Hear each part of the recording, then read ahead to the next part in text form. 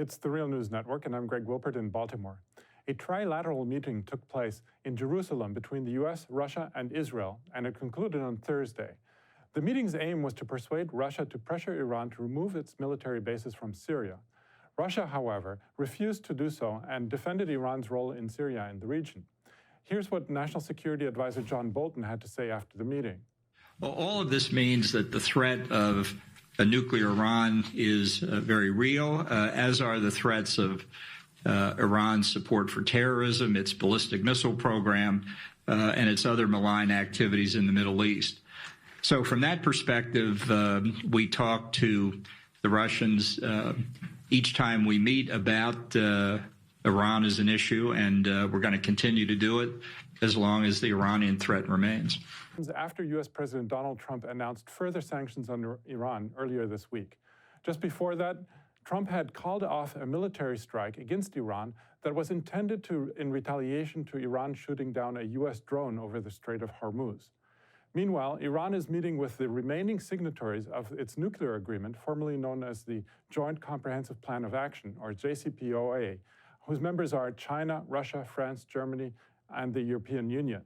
The purpose of that meeting is to hammer out a plan for a barter trade system that would circumvent U.S. economic sanctions against Iran. The hope is that Iran will therefore refrain from breaking its side of the nuclear agreement once the barter system, known as INSTEX, is in place. Iran had already announced last week that it will begin to violate the terms of the agreement in reaction to U.S. having pulled out of the JCPOA and reimposing sanctions. Joining me now to discuss these latest developments with Iran is Trita Parsi. Trita is founder and former president of the National Iranian American Council and author of the book Losing an Enemy, Obama, Iran, and the Triumph of Diplomacy. Thanks for joining us again, Trita. Thank you for having me. So what is the status of the JCPOA now? The European Union and Russia are trying to keep the agreement in place, as I mentioned, even without the U.S. and with this new barter system called INSTEX. But if the U.S. sanctions European companies for trading with Iran, this might not help very much. Can the JCPOA be maintained under these circumstances? The JCPOA has been on life support ever since Donald came into office. And I think the assessment that the Europeans are trying to save the deal is in some ways accurate, but it is also very charitable. Because at the end of the day, the Europeans have been much more careful about abiding by Donald Trump's illegal sanctions that they oppose than they have been when it comes to living up to their commitments under the nuclear deal. Even the conversations about INSTEX right now is only about facilitating payments for trade that Trump has not yet sanctioned. It is not about actually facilitating trade for the type of transactions and the type of trade that the Europeans are permitted to do according to the UN Security Council resolution and according to the JCPOA.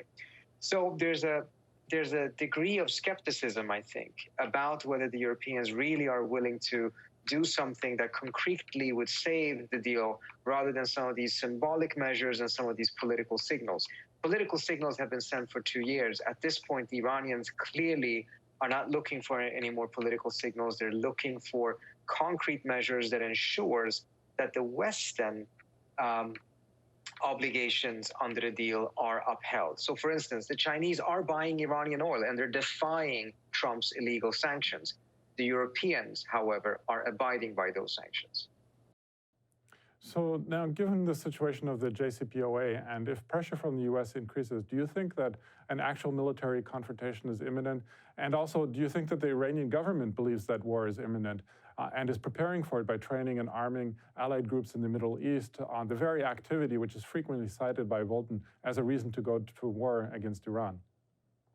I think the Iranians know very well that Trump's pressure policy has put the United States on the verge of war. Last week, apparently, the United States was only 10 minutes away from starting that war. It seems to me that the Iranians are ready for it, and they have concluded that capitulating to Trump's demands are actually a worse strategy than what they have done so far, which is that they have shown themselves to be ready to go to war in the hope that that may actually deter Trump from doing something that every analyst in Washington who has followed this for enough time knows would be an extremely foolish and unhelpful war in the region that would cost the United States a tremendous amount, and of course would cost the Iranians far, far more than that. Now, the U.S. Senate is discussing an urgent measure to block President Trump from launching any military strikes against Iran without explicit congressional approval. And Trump has, though, piled threats against Iran in the last few days, and Senator Tim McCain said that war with Iran would be a colossal mistake. Do you think that this might be kind of a similar lead-up to war that preceded the invasion of Iraq in 2003?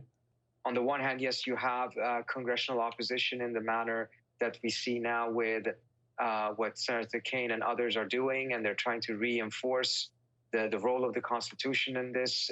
Only the Congress can declare war, not the president. And any notion that military strikes are not an act of war is preposterous, of course. But it is worse in other ways, because the Trump administration seems to really enjoy violating rules and working outside of all kinds of norms and practices. The Bush administration clearly lied to the American people, but they nevertheless went to the UN and realized that they needed to operate within those channels and those frameworks in order to be able to reach their goal of having a war with Iraq. In this case, Trump seems to completely ignore public opinion, completely ignore the Constitution, completely ignore all of these different things. And the efforts by Congress to reinforce the Constitution so far have been less than fully successful.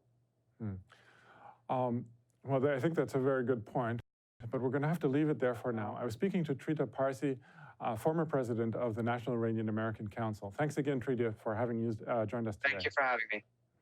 And thank you for joining the Real News Network.